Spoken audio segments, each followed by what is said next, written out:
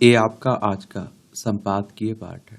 और देखिए, संपादकीय पाठ आपको प्रीलिम्स में, मुख्य परीक्षा में जब आप लोग आंसर राइटिंग करते हैं, निबंध लिखते हैं, तो उसके लिए यहाँ से महत्वपूर्ण आपको पॉइंट फैक्ट मिलते हैं और इंटरव्यू में भी मदद मिलती है और एक सामान्य जानकारी भी आप लोगों को इनसे मिलती है। एक आवश्यक राजनीतिक सुधार। अभी आपने देखा है कि हमारे देश में लोकसभा के चुनाव हुए। चलिए, लोकसभा के बारे में और चुनाव आयोग के बारे में एक सामान्य जानकारी नीचे आप लोग लिखिए। हम लोगों ने बहुत बातें की हुई हैं इसके बारे में। हम भारत के लोग अक्सर चुनावी तनाव में रहते हैं और लोकसभा चुनाव अभी अभी संपन्न हुए। कुछ दिन बाद महाराष्ट्र, हरियाणा और झारखंड के बाद दिल्ली, बिहार आदि विधानसभाओं के चुनाव होने हैं। हर साल आप देखिए कहीं ना कहीं चुनाव बना रहता है और आप देखते हैं कि नगरीय क्षेत्रों एवं पंचायती राज संस्थाओं के चुनाव भी सामाजिक तनाव पैदा करते हैं। लगातार चुनावी व्यस्तता राष्ट्रीय विकास में बाधक है और चुनाव के दौरान प्रशासनिक तंत्र की अलग व्यस्तता बनी रहती है। चुनावी आचार संहिता के दौरान विकास कार्य भी रुक जाते हैं। अलग अलग चुनाव में अरबों रुपए का व्यय होता है और इसलिए सभी चुनाव को एक साथ कराने का विचार महत्वपूर्ण हो गया है। भाजपा ने अपने चुनावी घोषणा पत्र में एक देश एक चुनाव का विचार व्यक्त किया था और इस संबंध में मंथन के लिए पूर्व राष्ट्रपति रामनाथ कोविंद की अध्यक्षता में एक समिति भी बनी थी। समिति ने 47 राजनीतिक दलों से सुझाव प्राप्त किए और 32 दलों ने एक साथ चुनाव का समर्थन भी किया और समिति ने 18,626 पृष्ठों वाली रिपोर्ट राष्ट्रपति द्रौपदी मुर्मू को मार्च में प्रस्तुत की थी। समिति ने 4 पूर्व मुख्य न्यायाधीशों, उच्च न्यायालय के 12 मुख्य न्यायाधीशों, 4 पूर्व मुख्य चुनाव आयुक्तों और 8 राज्य चुनाव आयुक्तों जैसे जैसे विशेषज्ञों से परामर्श आप देखते हैं कि मांगे थे और नागरिकों से 21,558 सुझाव प्राप्त हुए और विधि आयोग ने 2018 में एक प्रारूप रिपोर्ट प्रस्तुत की थी। अब समिति ने इस प्रसंग से जुड़े सभी मसलों पर व्यापक रिपोर्ट प्रस्तुत की है। नई सरकार में कमान संभालते ही केंद्रीय कानून मंत्री अर्जुन राम मेघवाल ने इस दिशा में आगे बढ़ने के संकेत भी दिए हैं। कोविंद समिति ने महत्वपूर्ण सिफारिशें की और उसने लोकसभा चुनाव, लोकसभा, विधानसभा और स्थानीय निकायों के चुनाव साथ कराने का प्रस्ताव किया और इसके लिए संविधान में संशोधन की रूपरेखा भी प्रस्तुत की गई। एक साथ चुनाव के लिए नियत तारीख निर्दिष्ट करने के लिए संविधान के अनुच्छेद 82 में संशोधन का सुझाव भी दिया गया और एक साथ चुनाव के लिए नियत तारीख के बाद जहां राज्य विधानसभाओं के चुनाव होने हैं, वे एक साथ चुनाव कराने की सुविधा के लिए संसद के साथ समन्वय कर लेंगे। और समिति के अनुसार आप देखते हैं कि सब कुछ योजनाबद्ध होता है तो संभवतः पहला एक साथ चुनाव 2029 में हो सकता है। यानी कि एक साथ चुनाव करवाने की बात हो रही है लोकसभा और विधानसभा की, कि एक बारी में निपट जाए, 5 साल के लिए हम सब फुर्सत हो जाएं, बार बार हमें वोट डालने ना जाना पड़े। और यदि 2034 के चुनाव को लक्षित किया जाता है तो वर्ष 2029 के लोकसभा चुनाव के बाद नियत तारीख की पहचान होगी। तब जिन राज्यों में जून 2024 और मई 2029 के मध्य चुनाव होने हैं, उनका कार्यकाल 18वीं लोकसभा के साथ समाप्त हो जाएगा। राज्य विधानसभाओं के कार्यकाल का प्रभाव नहीं पड़ेगा और संसद या राज्य विधानसभाओं के समय से पहले भंग होने की स्थिति में समन्वय बनाए रखने के लिए समिति ने एक साथ चुनाव के अगले चक्र तक शेष कार्यकाल के लिए नए चुनाव कराने की सिफारिश की है। समिति का तर्क है कि त्रिशंकु सदन या फिर अविश्वास प्रस्ताव एक साथ चुनाव की समग्र सीमा को प्रभावित नहीं करता है। कहने का मतलब है, मान लीजिए कि अभी आपने देखा है कि 2024 में लोकसभा के चुनाव हुए, लेकिन बहुत सारी विधानसभाओं का कार्यकाल 2025 में खत्म होगा, 2026 में, 2027 में खत्म होगा, तो आगे चलकर उनका एक कब होगा? मतलब आप देखिए, लोकसभा के साथ तो सभी विधानसभाओं का कार्यकाल खत्म नहीं होगा, समय खत्म नहीं होगा, तो उन्हें समय से पहले भंग करना पड़ेगा, उनके समय से पहले चुनाव करना पड़ेगा। संसदीय चुनाव के साथ नगर पालिका और पंचायतों के चुनाव का समन्वय जरूरी है। लोकसभा, विधानसभा और नगरीय पंचायतों क्षेत्रों की मतदाता सूची में भी अंतर होते हैं। अब आप देखिए, 18 साल विधानसभा के लिए आपकी उम्र है वोट डालने की, मतदाता बनने के लिए। लोकसभा के और जो स्थानीय चुनाव होते हैं उसके लिए भी आपकी अगर उम्र 18 साल हो चुकी है तो वोटर सूची में आप लोग नाम जुड़वा चुके होते हैं ना, वोट डालने भी जाते हैं। पहले 21 साल हुआ करती थी, 61वें संविधान संशोधन के द्वारा इसे 18 साल कर दिया गया। तो क्यों ना एक ही मतदाता सूची हो, अलग अलग परेशान ना होना पड़े। और आप देखते हैं कि इसमें और समिति ने संविधान के अनुच्छेद 324 के अधीन कानून बनाने का परामर्श दिया है। यह कानून स्थानीय निकायों के चुनाव कार्यक्रम को राष्ट्रीय चुनाव समय सीमा के साथ जोड़ेगा। भारत निर्वाचन आयोग राज्य चुनाव आयोगों के परामर्श से सभी स्तरों पर एकल मतदाता सूची और मतदाता फोटो पहचान पत्र तैयार करने में सक्षम बनाएगा। अभी तक लोकसभा चुनाव के लिए मतदाता सूची तैयार करने की जिम्मेदारी भारतीय निर्वाचन आयोग पर और स्थानीय निकाय के लिए मतदाता सूची राज्य निर्वाचन आयोग द्वारा तैयार की जाती है। समिति ने दोनों की एक ही मतदाता सूची तैयार करने का सुझाव दिया। देखिए, इलेक्शन कमीशन ऑफ इंडिया की बात करें तो भारतीय निर्वाचन आयोग की बात हो रही है। एक संवैधानिक संस्था है। संविधान के अनुच्छेद 324 के तहत चुनाव आयोग की स्थापना की बात की गई। 25 जनवरी 1950 में स्थापना हुई थी। 25 जनवरी को आप लोग मतदाता दिवस मनाते हैं। नई दिल्ली में हेडक्वार्टर देखने को मिलेगा। सुकुमार सेन पहले मुख्य चुनाव आयुक्त थे। और देखिए, जो विधानसभा, राज्यसभा, लोकसभा, राष्ट्रपति, उपराष्ट्रपति के चुनाव होते हैं ना, इलेक्शन कमीशन ऑफ इंडिया ही देख रेख करता है। और जो आपके स्थानीय चुनाव होते हैं, सरपंच, विधायक के, नगर पंचायत, नगर पालिका, नगर निगम, इनके लिए हर राज्य में चुनाव आयोग होता है। मध्य प्रदेश में मध्य प्रदेश निर्वाचन आयोग, उत्तर प्रदेश में उत्तर प्रदेश निर्वाचन आयोग आपको देखने को मिलेगा। सभी संवैधानिक प्रतिनिधि संस्थाओं के चुनाव एक साथ कराने का विचार विशेष राजनीतिक सुधार है। भारत में राजनीतिक सुधारों में विशेषता चुनाव सुधार की गति बहुत धीमी है।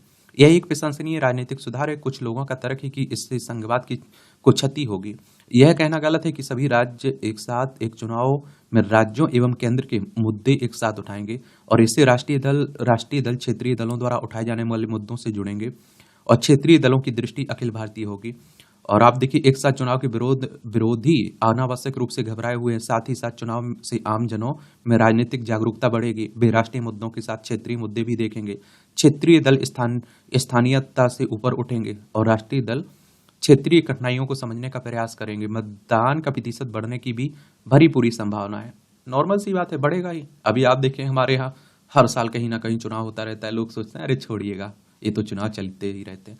5 साल में एक बार वोट डालने का मौका मिलेगा तो हर कोई सोचेगा चलिए 5 साल में एक ही बार तो जाना है, चलते हैं ना, डालाते हैं। मतदान का प्रतिशत बढ़ने की भी पूरी संभावना है। एक साथ चुनाव से नुकसान की बात करने वाले भूल जाते हैं कि 1967 तक देश में एक साथ चुनाव का सिलसिला था। विधानसभा और लोकसभा के एक साथ चुनाव होते थे। कुछ दल कोविंद समिति की रपट को खारिज करने पर तुले हैं। कांग्रेस ने कहा कि वन नेशन वन इलेक्शन लागू करने से संविधान की बुनियादी संरचना में बदलाव होंगे। यह संघवाद के खिलाफ है। कांग्रेस यह ना भूले कि भारतीय संघ अमेरिकी संघवाद नहीं है।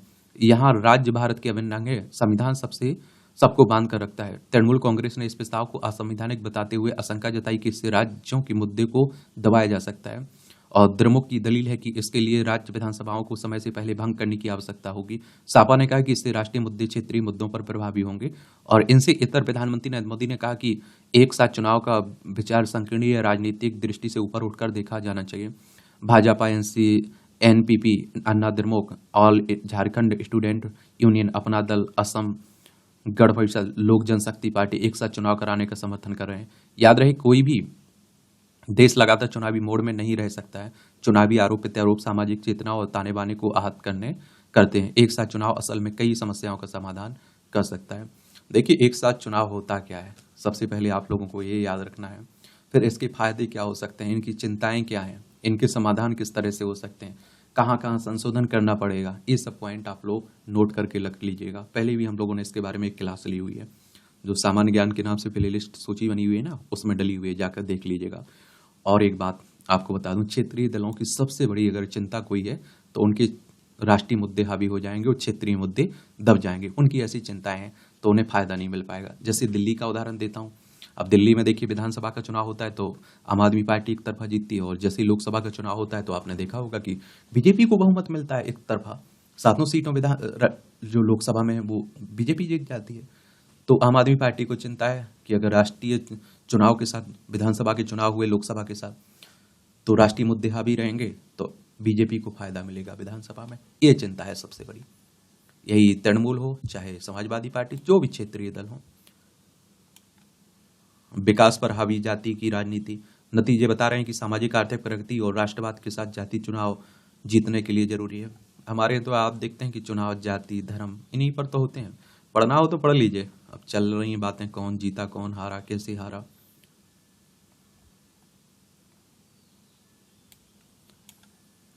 जीवन का लक्ष्य तो विभिन्न क्षेत्रों में छोटी छोटी उपलब्धियों से मिलकर एक सफल जीवन का निर्माण होता है। इसके साथ संतुष्टि का भाव भी जुड़ा होता है। हर व्यक्ति एक सफल जीवन का अधिकारी हो सकता है यदि वह कुछ सूत्रों को जीवन में धारण करे और उनका अनुसरण करे।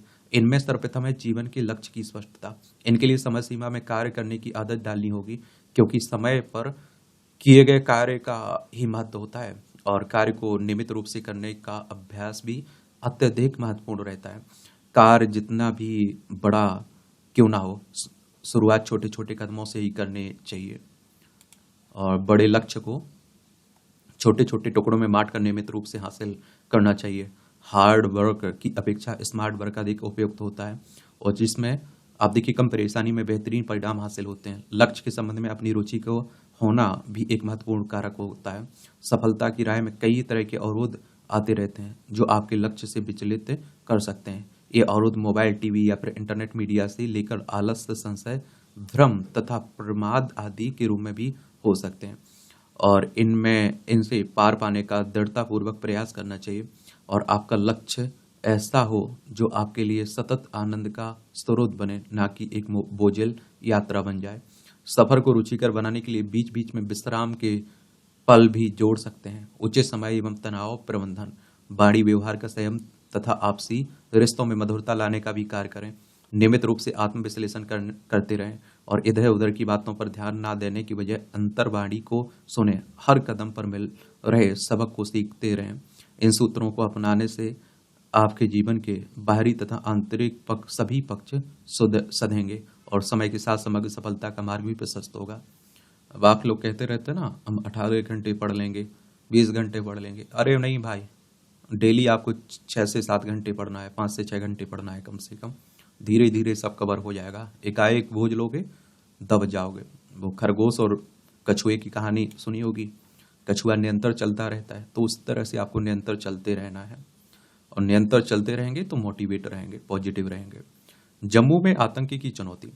तो जम्मू में बढ़ती आतंकी घटनाओं को देखते हुए गृह मंत्री अमित शाह ने एक उच्च स्तरीय बैठक में वहां के हालात की समीक्षा करते हुए आतंक को कुचलने के जो निर्देश दिए, उन पर इस तरह एक कार्रवाई होनी चाहिए कि आतंकियों को सिर उठाने और छिपाने का मौका ना मिले। इस बैठक में गृह मंत्री ने जिस तरह यह कहा कि जैसे कश्मीर घाटी में आतंकवाद पर नियंत्रण पाया गया है, वैसे ही जम्मू संभाग में भी पाया जाए और उससे यही स्पष्ट होता है कि जम्मू की स्थिति कहीं अधिक चिंताजनक है। यह हाल की घटनाओं से स्पष्ट भी होती है। जम्मू संभाग के रियासी क्षेत्र में श्रद्धालुओं को की एक बस को आतंकियों ने ठीक उस दिन निशाना बनाया जिस दिन प्रधानमंत्री अपने सहयोगियों के साथ शपथ ले रहे थे।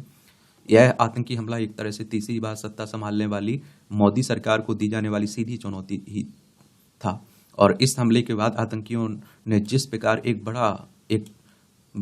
के बाद एक डोडा, कठुआ आदि इलाकों में ताबड़तोड़ हमले किए, उससे उनसे के दुस्साहस का ही पता चलता है। एक लंबे समय से यह प्रकट हो रहा है कि आतंकियों ने कश्मीर के बजाय जम्मू को अपने निशाने पर ले लिया। जम्मू संभाग के वे इलाके आतंकियों के गढ़ बन गए और जिनकी सीमा पाकिस्तान से लगती है। इन इलाकों में आतंकियों की बढ़ी हुई गतिविधियों से यह भी स्पष्ट होता है कि पाकिस्तान नए सिरे से जम्मू कश्मीर में आतंकवाद को फैलाने में जुट गया है और इसकी पुष्टि पिछले दिनों कठुआ में मारे गए 2 पाकिस्तानी आतंकवादियों से भी होती है और उनके पास से बरामद हथियार और सामग्री से यह स्पष्ट हुआ है कि वे पाकिस्तान से घुसपैठ कर जम्मू में आए थे और अच्छा होता कि इन आतंकियों के नाम, पते और उनके पास से बरामद पाकिस्तानी सामग्री को देखते हुए भारत सरकार पाकिस्तान से जवाब तलब करती, प्रमाणों के साथ उसे अंतर्राष्ट्रीय मंचों पर भी बेनकाब करती। निसंदेह आवश्यक केवल यही नहीं है कि जम्मू कश्मीर में सक्रिय आतंकियों की कमर तोड़ी जाए,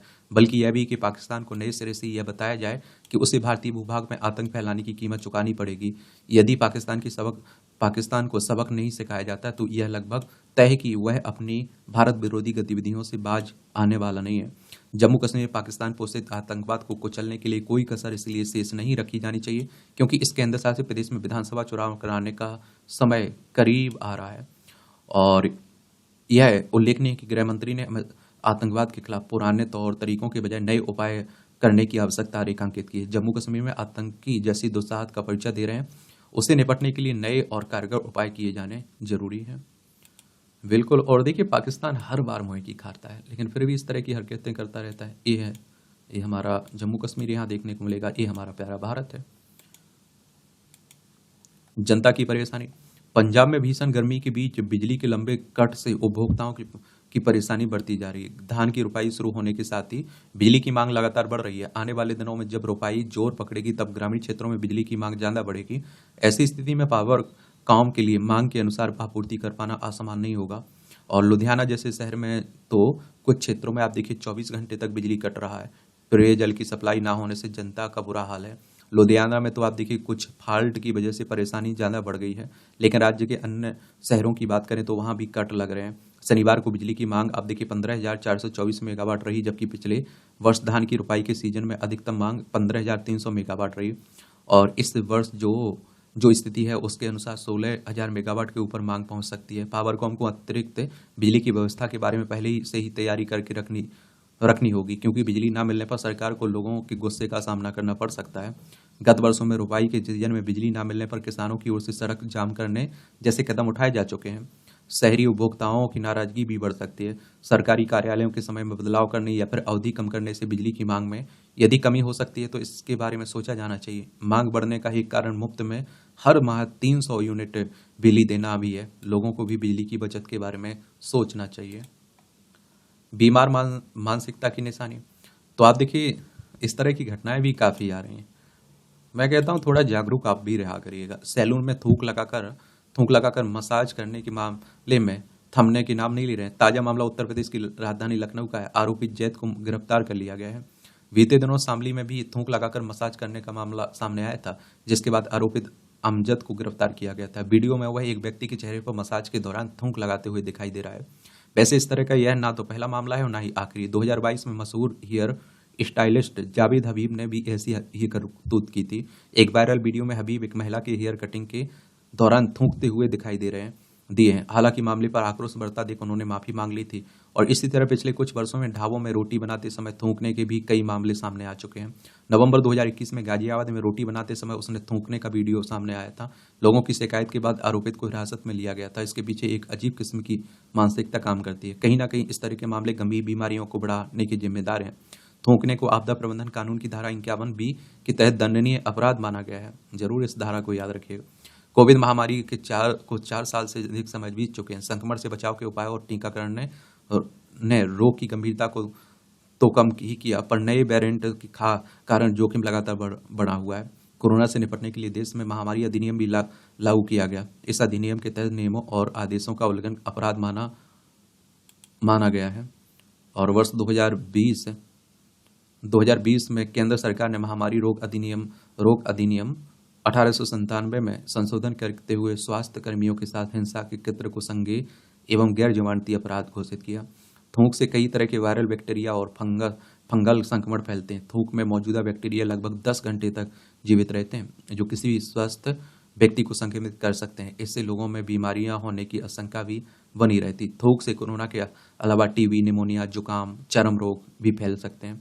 इसलिए थूकने से पहले अन्य लोगों के बारे में भी सोचें। सार्वजनिक स्थान पर कहीं भी थूक देना बहुत ही गंदी आदत है, लेकिन किसी इंसान के चेहरे पर अपने थूक से मसाज करना, रोटी पर थूक लगाना और भी घिनौनी हरकत है। थूक लगाकर मसाज करने और रोटी में थूकने वालों को दंडित करना बेहद जरूरी है, ताकि फिर भी कोई ऐसा करने का दुस्साहस ना कर सके। और आप देखिए, बाहर मैं तो कहता हूँ बाहर का जितना हो सके मत खाया करिए, क्योंकि आजकल मैं जिस तरह की हालत देखता हूँ ना, आप देखिए एक मुँह में गुटखा भरे हुए, पानी पूड़ी पिला रहे हैं हाथ से, आप देखिए मुँह बोल रहे हैं, वही से छटक के उसमें चला जा रहा है। थोड़ा ध्यान रखा करिएगा। और खाना भी है तो साफ सफाई जगह स्थान पर जाया करिएगा।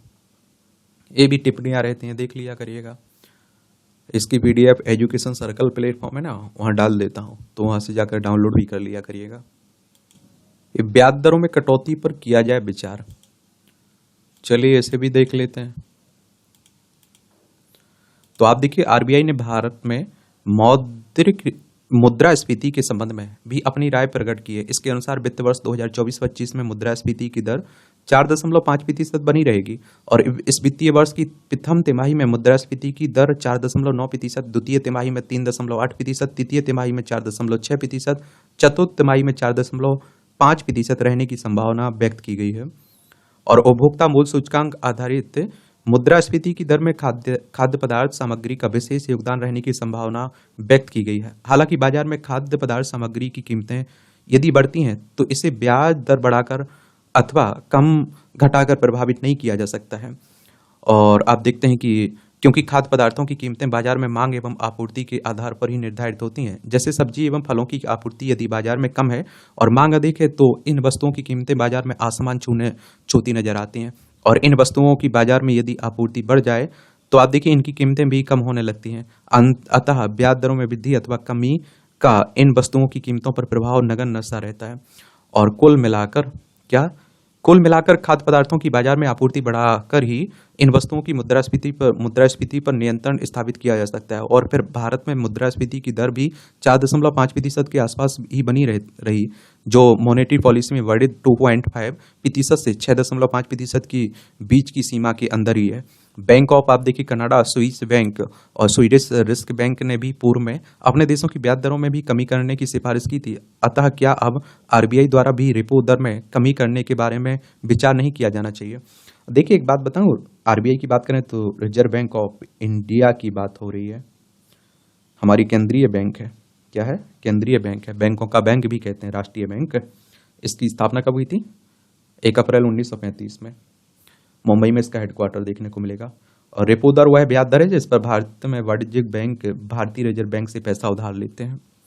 आरबीआई द्वारा रेपो दर में कमी संभवतः अमेरिकी फेडरल रिजर्व द्वारा फेड दर में कमी की घोषणा के बाद ही की जाए, क्योंकि यदि भारत रेपो दर में कमी की घोषणा करता है एवं फेडरल रिजर्व बैंक फेड दर में कमी नहीं करता तो इसके डॉलर के रूप में पूंजी का भारत से पलायन हो सकता है।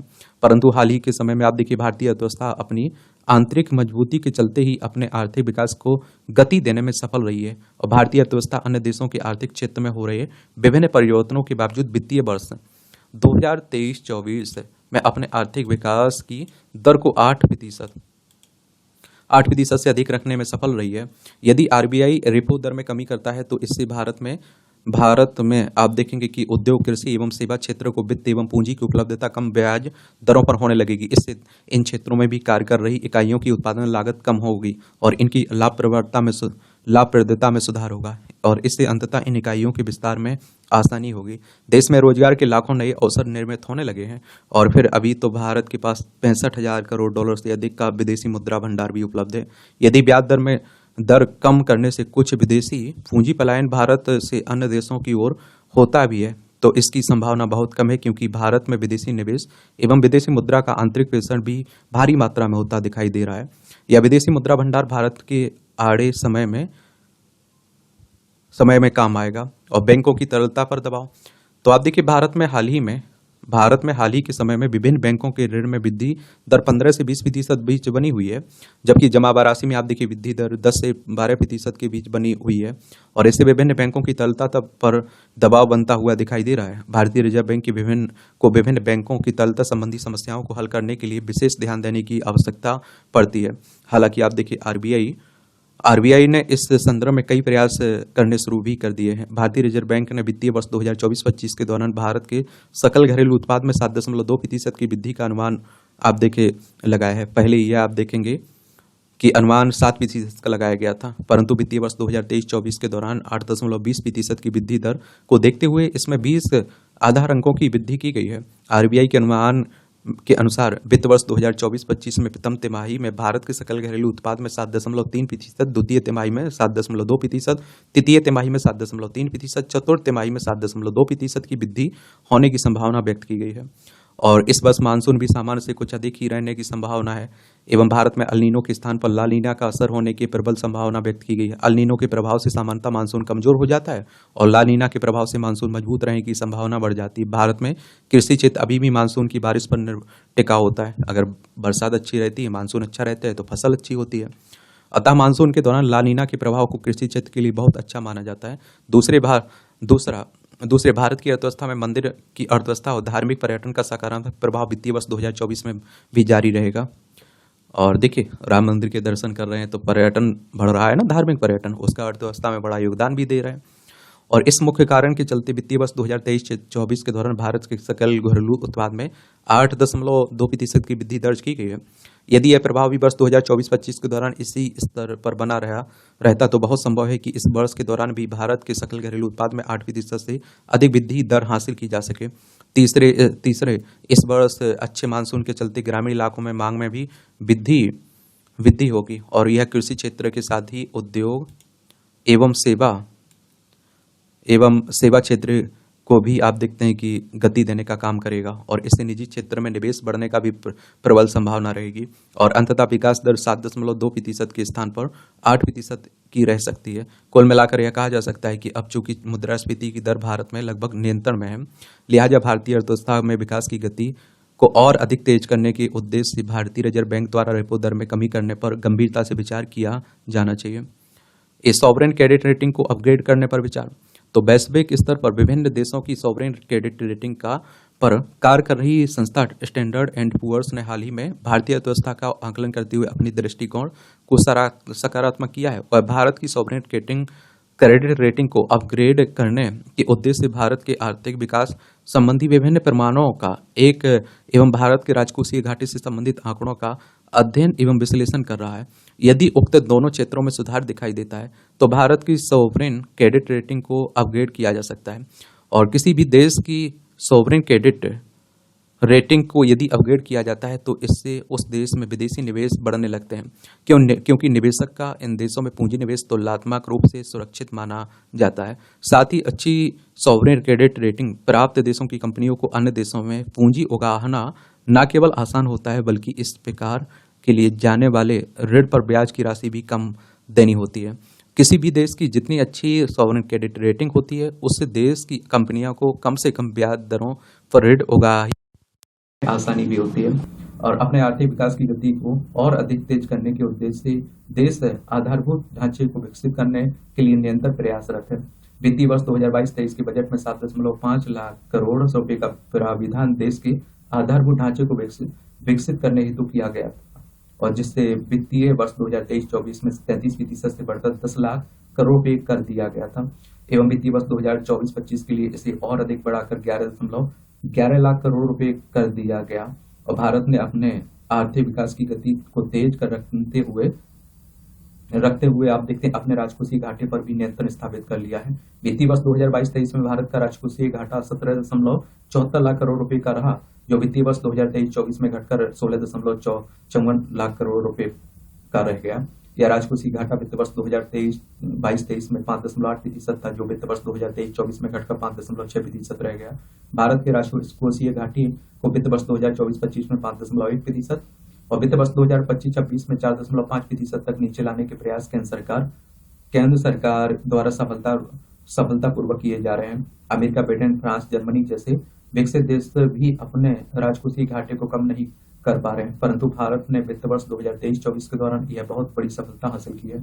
भारत में बैंकिंग व्यवस्थाओं के डिजिटलीकरण को ग्रामीण इलाकों तक में लागू करने से भारतीय अर्थव्यवस्था का औपचारीकरण बहुत तेज गति से हुआ है जिससे प्रत्यक्ष एवं परोक्ष संग्रहण में वृद्धि हुई है जबकि केंद्र सरकार एवं कुछ राज्य सरकारों ने अपने गैर योजना खर्च की मदों पर किए जाने वाले व्यय पर नियंत्रण करने में सफलता भी पाई है। इस कारण राजकोषीय घाटे को प्रतिवर्ष कम करने में सफलता मिलती दिखाई दे रही है और अंतर्राष्ट्रीय स्तर पर विभिन्न देशों की सॉवरेन क्रेडिट रेटिंग का आकलन करने वाले विभिन्न संस्थान भारत की आर्थिक प्रगति को लेकर बहुत उत्साहित हैं और एवं आर्थिक प्रगति के साथ राजकोषीय घाटे को कम करते हुए भारत द्वारा जिस प्रकार अपनी वित्त व्यवस्था को नियंत्रण रखने का काम सफलतापूर्वक किया जा रहा है इससे इस संस्थागत भारत की सॉवरेन क्रेडिट रेटिंग को अपग्रेड करने के बारे में गंभीरता से विचार करते हुए दिख रहे हैं। मैं आप लोगों से कहता हूं कि देखिए इकोनॉमी के लिए अर्थशास्त्र की जो आपकी क्या है किताबें हैं एनसीईआरटी की उन्हें पढ़ लीजिए। जो राजकोषीय घाटा बार आप लोग सुन रहे हैं ना इनके बारे में आप लोग मालूम चल जाएगा।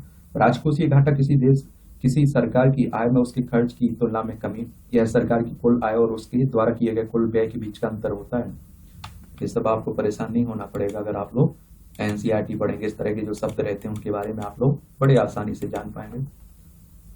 कहाँ अटके हो मानसून देव, चलिए तंज कसा जा रहा है, पढ़ना होगा करे तो पढ़ लिया करिएगा।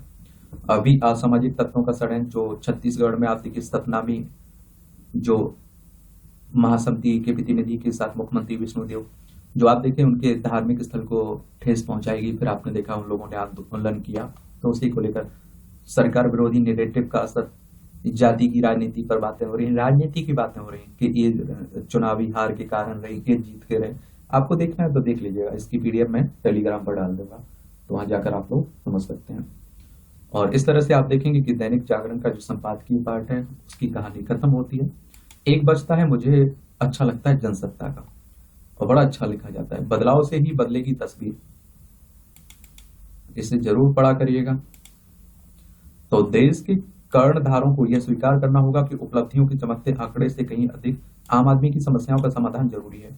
ये समस्याएं हर काम योग्य व्यक्ति को उसके काम की गारंटी, देश के हर नागरिक को उचित सेहत की सुरक्षा और नई पीढ़ी को दी जाने वाली वह शिक्षा जो उन्हें दुनिया की श्रम मंडियों में बिकने वाली वस्तु नहीं बल्कि अपने ही देश में एक ऐसी शक्ति बनाए जिसकी सहायता से हम अपने देश में एक नई युग का सृजन कर सकें, और जिसे कायाकल्प कहते हैं।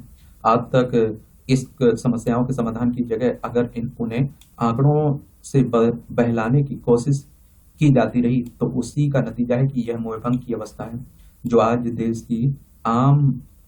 की आम जनता से आंखें मिलाकर खड़ी हो गई है, और जिसे पूरे देश में यह भावना पैदा की है कि केवल घोषणाओं से काम नहीं चलेगा। अब इस युग में एक नई कार्य दीक्षा से ही बात बनेगी, चिंतन और कारगुजारी में एक नया तेवर लाने से ही बात बनेगी।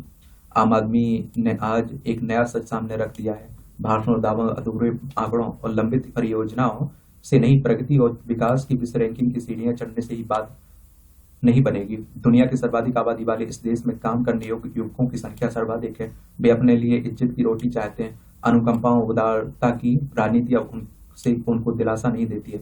अंतर्राष्ट्रीय सर्वेक्षण बताते हैं कि भारत में 80 करोड़ लोगों को मुफ्त अनाज देने का वादा 2029 तक बढ़ाकर उन्हें भूख से ना मरने देने की गारंटी तो दे दी, लेकिन ना तो उसका प्रशासन आम लोगों की खुशहाली का जामिन बन सका और न ही उनकी सेहत सुरक्षा का आश्वासन दे सका।